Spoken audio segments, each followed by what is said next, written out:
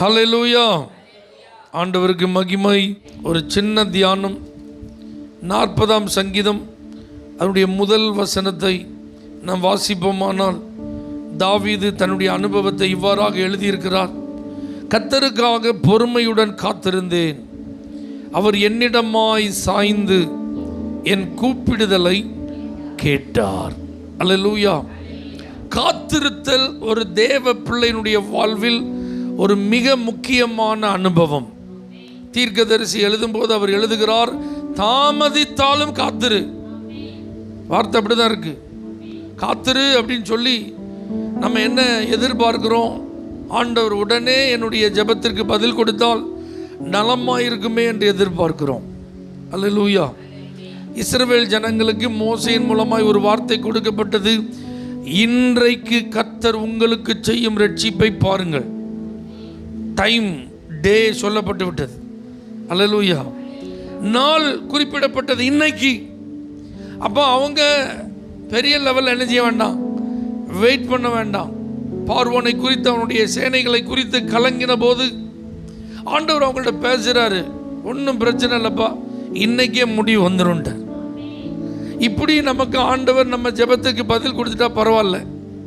அல்லேலூயா. சில நேரத்தில் ஆண்டவர் அப்படி உடனடியாக இன்னைக்கே அப்படிங்கிற மாதிரி செயல்படுகிறது இல்லை. சாராள் பாருங்க, ஆண்டுடைய வாக்குத்தத்தத்தை பெற்ற ஆபிரகாமோடு இணைந்து பிரயாணம் பண்றாங்க. ஆண்டவர் ஆபிரகாமுக்கு வாக்கு பண்ணி இருக்கிறார், உன் சந்ததியை பூமியின் வம்சங்களுக்கு ஆசீர்வாதமா மாற்றுவேன். ஆனா இப்ப தாமதமாகி கொண்டே போகிறது. இந்த அம்மாவால் என்ன செய்ய முடியல, பொறுமையா இருக்க முடியல, சைட் ட்ராக்கு போயிட்டாங்க. ஆண்டவருக்கே உதவி செய்யறதுக்கு முயற்சி பண்றாங்க. வாக்குத்தத்தை நிறைவேறுவதற்கு இனி சாத்தியமில்லை ஆண்டவரே, என் சரீரம் இனி ஒத்து வராது ஆண்டவரே, அதனால ஒன்று செய்கிறோம், நானே உங்களுக்கு என்ன செய்கிறேன், சப்போர்ட் பண்ணுறேன் அப்படின்னு அந்த அம்மா வேற ஒரு வழியில் சந்ததிக்கான ஏற்பாடு என்ன செய்கிறாங்க. பைபிள் சொல்லுது, தாமதித்தாலும் காத்திரு, புதிய வழியை தேடாத, குறுக்கு வழியில் எதிர்பார்க்காத. அதான் அர்த்தம். அல்லது உன் சுய புத்தியின் மேலே சார்ந்து அது கிடைக்கிறதுக்கு ஏதாவது வழி இருக்கான்னு தேடாத. அல்லேலூயா. பாருங்க, அந்த சாராளுக்கும் ஆண்டவர் இறங்கி வந்து ஒரு உற்பவ காலத்திட்டம் அப்படின்னு சொல்லி ஒரு வார்த்தையை சொல்லி, அப்போ நான் உன்னிடத்தில் என்ன செய்வேன், வருவேன் அப்படின்னு ஒரு காலத்தை ஆண்டவர் முன்குறித்து கடந்து சென்றார்.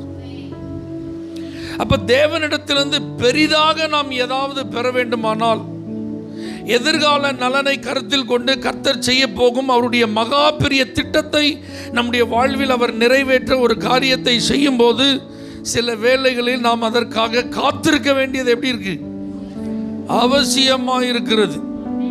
ஆமென். அப்போ இந்த காத்திருக்கும் தேவ பிள்ளைகளாகிய நம்மிடத்தில் தாவீதுக்கு இருந்தது போல ஒரு பொறுமை தேவை. அவர் அழகா சொல்றார் பாருங்க, பார்த்தீங்களா, கர்த்தருக்காக நான் எப்படி காத்திருந்தேன், பொறுமையுடன் காத்திருந்தேன். அப்போ நீங்கள் ஆண்டவர்கிட்ட கேட்க வேண்டியதெல்லாம், நான் காத்திருக்கும் காலத்தில் பொறுமையாக இருக்க எனக்கு உதவி செய்யும் ஆண்டவரே. அது ரொம்ப முக்கியம். 31ஆம் சங்கீதம் 24வது வசனத்தில் ஒரு வார்த்தை எழுதப்பட்டிருக்கிறது, கர்த்தருக்கு காத்திருக்கிறவர்களே நீங்கள் எல்லாரும் திடமனதாயிருங்கள். அல்லேலூயா. அவர் உங்கள் இருதயத்தை என்ன செய்வார், ஸ்திரப்படுத்துவார். எப்படி எழுதப்பட்டிருக்கு பார்த்தீங்களா, திடம் மனது, உறுதியான ஒரு மனது. அப்படின்னா என்ன அர்த்தம், வேவரிங் மைண்ட் இருக்கக்கூடாது. அங்கும் இங்கும் அலசடி படுகிற ஒரு நினைவுகள் நமக்கு என்ன செய்யக்கூடாது. காத்திருக்கவா வேண்டாமா, வேற ஏதாவது முயற்சி பண்ணலாமா வேண்டாமா, அப்படி நம்ம என்ன செய்யக்கூடாது, இருக்கக்கூடாது. 27ஆம் சங்கீதத்தின் கடைசி வார்த்தை 14வது வசனத்தில் அப்படிதான் இருக்கு, கர்த்தருக்கு காத்திரு. அது முடியும் போது எப்படி இருக்கு, கர்த்தருக்கே காத்திரு. அல்லேலூயா. நீங்களும் நானும் எப்படி இருக்கணும், கர்த்தருக்கே காத்திருக்கணும். பைபிள் ரொம்ப அழகா சொல்லுது, கர்த்தருக்கு காத்திருக்கிறவர்கள் வெட்கப்பட்டு போவதே இல்லை. அப்ப திடமனதா இருப்பதற்கும் பொறுமையா இருப்பதற்கும் கர்த்தருக்கு காத்திருக்கும் போது ஒரு பலனை கர்த்தர் கொடுத்து கொண்டே இருப்பார். ஆமென். உங்க வாழ்க்கை குறித்த தேவ திட்டம் மேலானது. உங்களுக்கு கர்த்தர் கொடுத்திருக்கிற வாக்குத்தத்தம் சிறப்பானது. உங்கள் மூலமாய் தேவன் செய்ய விரும்பும் காரியம் மகத்துவமானது. ஆகவே கொஞ்சம் எப்படி இருங்க, வெயிட் பண்ணுங்க, கொஞ்சம் வெயிட் பண்ணுங்க, கொஞ்சம் பொறுமையா இருங்க. என் வேலை இன்னும் வரவில்லை அப்படின்னு காணா ஒரு கல்யாண வீட்டில் சொல்றார். உங்களுக்கு தெரியும், கல்யாண வீடு எப்பவுமே பரபரப்பாக இருக்கிற ஒரு இடம். அதுவும் திராட்சரசம் குறைவுபடும் போதே அந்த அம்மா சொல்லிட்டாங்க, இனி இருக்கிற மக்களுக்கு இந்த ரசம் என்ன செய்யாது, பத்தாதுங்கிறதுனால தான் சொல்கிறாங்க. ஆனால் ஆண்டவர் ரொம்ப பொறுமையாக சொல்கிறாரு, என் வேலை இன்னும் என்ன செய்யலை.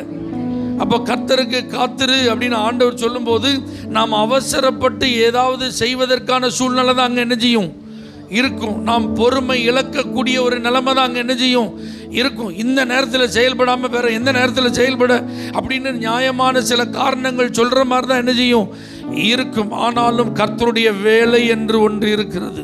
தேவனுடைய பிள்ளைகளை நீங்கள் நல்லா அதை கவனிக்கணும். கர்த்தர் அந்த வேலைக்கு முன்னாடியும் செய்ய மாட்டார், அந்த வேலைக்கு பின்னாடியும் செய்ய மாட்டார், சரியாக அந்த வேலையில் செய்வார். அப்போ என்னுடைய பொறுப்பு நான் காத்திருப்பது. நீங்கள் ஆண்டவர் உங்களை சொல்ற தாமதித்தாலும் காத்திரு. அல்லேலூயா, தாமதித்தாலும் காத்திரு. அதுக்கு தான் இந்த தாவீதின் அனுபவம் நமக்கு உதவி செய்கிறது. ஆண்டவரை தாமதித்தாலும் நான் பொறுமையோடு காத்திருப்பேன். நீங்கள் என்னிடமாய் சாய்ந்து நிச்சயமாக உத்தரவு கொடுப்பீங்க, நானும் தாவீதை போல சாட்சி சொல்லுவேன். நான் இந்த குறிப்பிட்ட காரியத்திற்காக கர்த்தருடைய சமூகத்தில் பொறுமையோடு காத்திருந்தேன். அவர் என்னிடமாய் சாய்ந்தார், எனக்கு செவி கொடுத்தார். இன்றைக்கு நான் ஆசீர்வதிக்கப்பட்டிருக்கிறேன். தாமதித்தது என்பதனால் நான் பொறுமை இழக்கவில்லை. தாமதித்தது என்பதனால் என் மனதை நான் என்ன செய்யல, தைரியம் இழக்க விடவில்லை. திடமனதாக இருந்து கர்த்தருக்கு காத்திருந்தேன், கர்த்தருக்கே காத்திருந்தேன். அவர் என்னை ஆசீர்வதித்தார். இப்படிப்பட்ட கர்த்தருக்கு இவர்கள் காத்திருந்து ஆசீர்வதிக்கப்பட்ட சாட்சின்னு சொல்லி எத்தனை பேர் சொல்ல ஆசைப்படுறீங்க? அப்படித்தான் கர்த்தர் உங்களை அடையாளப்படுத்த விரும்புகிறார். கர்த்தருக்கு காத்திருப்போம், ஆசீர்வதிக்கப்படுவோம்.